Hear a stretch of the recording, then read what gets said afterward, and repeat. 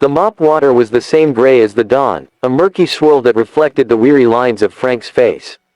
Each push of the bucket across the polished linoleum of the Fort Delta mess hall was a familiar, grinding rhythm. His shoulders, once broad enough to carry a rucksack and a rifle, now seemed designed only for the weight of his responsibilities.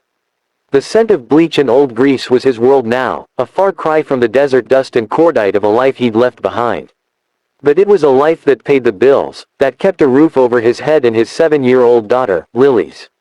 Her crayon drawing of their small house was taped above his locker, a splash of vibrant, defiant color in his monochrome existence. His world was one of quiet observation.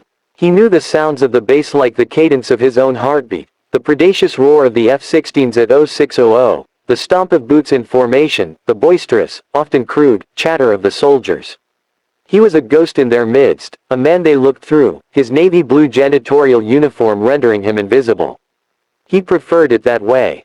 His fight was over. Now, his battle was to provide a quiet, stable life for the little girl who waited for him after school, her smile his only medal of honor. The change came with a new face. Dr. Iris Thorne. She was a slight woman, with sharp, intelligent eyes that seemed to absorb everything and a posture so straight it looked painful. She wore civilian clothes, sharp, professional trousers and blouses, but they did little to shield her from the attention of the base's more boorish inhabitants. A group of enlisted men, led by the swaggering Corporal Miller, had made her their favorite form of entertainment. Frank was buffing the floors near the main briefing room when he saw it. Miller and his cronies had cornered Drive, Thorne by the coffee machine. "Come on, Doc," Miller sneered, his voice dripping with false charm. "A little brain like yours must have a theory on why the coffee here tastes like mud. Or are you just here to write a paper on us, simple soldiers?" Dr. Thorne's lips were pressed into a thin line. "My work is classified, Corporal. And so is my opinion on the coffee." Her voice was calm, but Frank, a master of reading body language, saw the slight tremor in her hand as she gripped her mug. It was a tremor he recognized, the vibration of someone holding back a storm. Day after day, it continued. A lost file that was deliberately misfiled, a mocking salute when she walked by, a chorus of exaggerated, "Yes, ma'am" s that echoed down the hallways. Frank watched it all, the mop in his hands feeling heavier each time. He'd seen this kind of pack mentality before. It was a poison, but he was just the janitor. Speaking up meant risking his job, and Lily's security was a chain that bound his tongue. The breaking point came on a rainy Thursday. Frank was cleaning the windows in the main atrium, the streaking water outside mirroring the turmoil he felt inside. Miller and his group had Drive, Thorne pinned near the display of unit flags. They were, jokingly, quizzing her on military hardware, asking about the bore diameter of weapons she was never meant to know, laughing when she didn't play along. "You can't even identify a standard-issue sidearm," Miller laughed, his voice echoing in the cavernous space. "What are you even doing here? Did you get lost on the way to a university?" Dr. Thorne stood her ground, but the humiliation was a living thing in the air. Frank saw the way her shoulders were starting to slump, the way the fire in her eyes was being doused by their relentless drizzle of contempt. He thought of Lily, of the lessons he tried to teach her about kindness and standing up for others. What was he teaching her by his silence? That a paycheck was more important than principle. The chain snapped. He set his squeegee down with a quiet, final click. The sound was soft, but it carried. He walked towards the group, his work boots squeaking on the wet floor. The soldiers didn't even notice him until he was standing beside Drive. "Thorne, that's enough," Frank said. His voice was low, but it had a gravelly authority that cut through their laughter. Miller turned, a smirk plastered on his face. "Well, look who decided to join the conversation. The floor inspector. This doesn't concern you, old man. Go back to your mop." Frank didn't flinch. He looked at Miller, his gaze steady and cold. "It concerns me when I see a lack of respect on my base." "You think this makes you tough? Harassing someone who's here to do a job? I've served with men who would have scrubbed latrines with a toothbrush before they showed this kind of disrespect to a colleague." He gestured to Dr. Thorne. "She's your colleague. Start acting like you deserve to share the same ground as her." The atrium fell silent. Miller's face flushed a deep, angry red. "You're finished, janitor. I'll have your job for this." "You can try," Frank said, his voice still quiet, but now laced with a lifetime of weathered strength. But my daughter's picture is in my locker, and I'll be damned if I let her grow up in a world where I teach her to look the other way when someone is being bullied. You want to report me? Go ahead. My integrity is not for sale. He turned to Dr. Thorne, who was looking at him with an expression he couldn't quite decipher, a mixture of shock, gratitude, and something else, something deeper. Dr. Thorne, he said softly.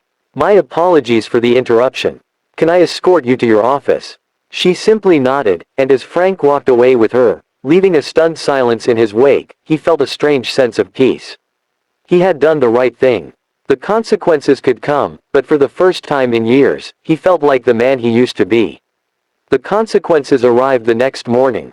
A summons to the base commander's office. His supervisor, a nervous man named Dave, met him at the door.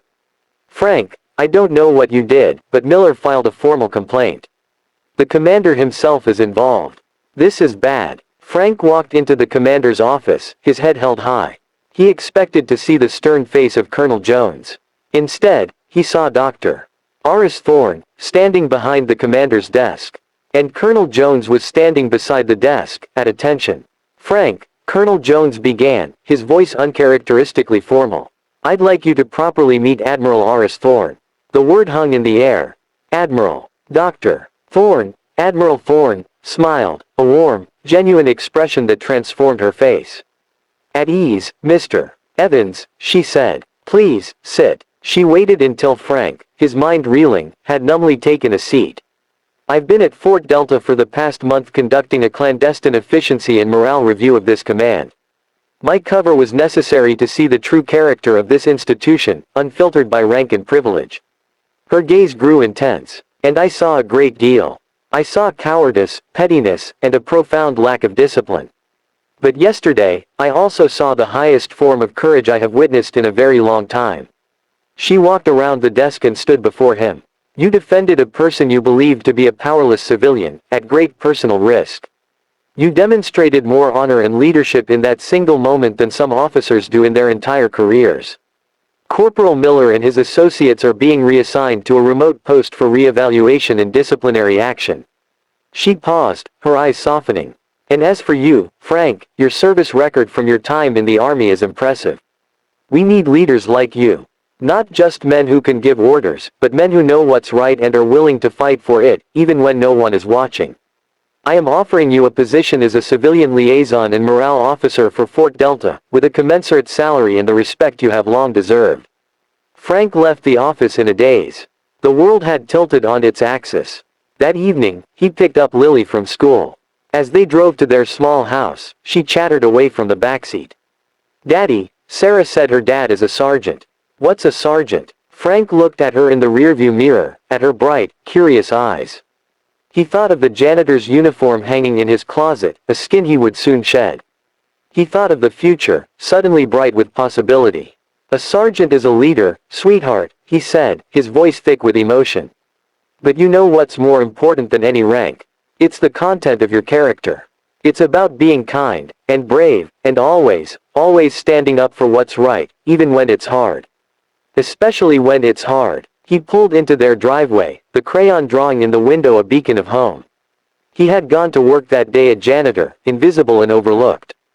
He was returning a hero, not because an admiral had deemed him one, but because he had finally remembered how to be his own. This story proves that true character isn't defined by a uniform or a rank, but by the courage we find in our quietest moments. If you believe in standing up for what's right, even when it costs you, then you are part of our community. Like this video to celebrate the unsung heroes, and subscribe to the channel for more powerful stories that remind us that the smallest acts of integrity can change the world. Your support helps us share these important messages.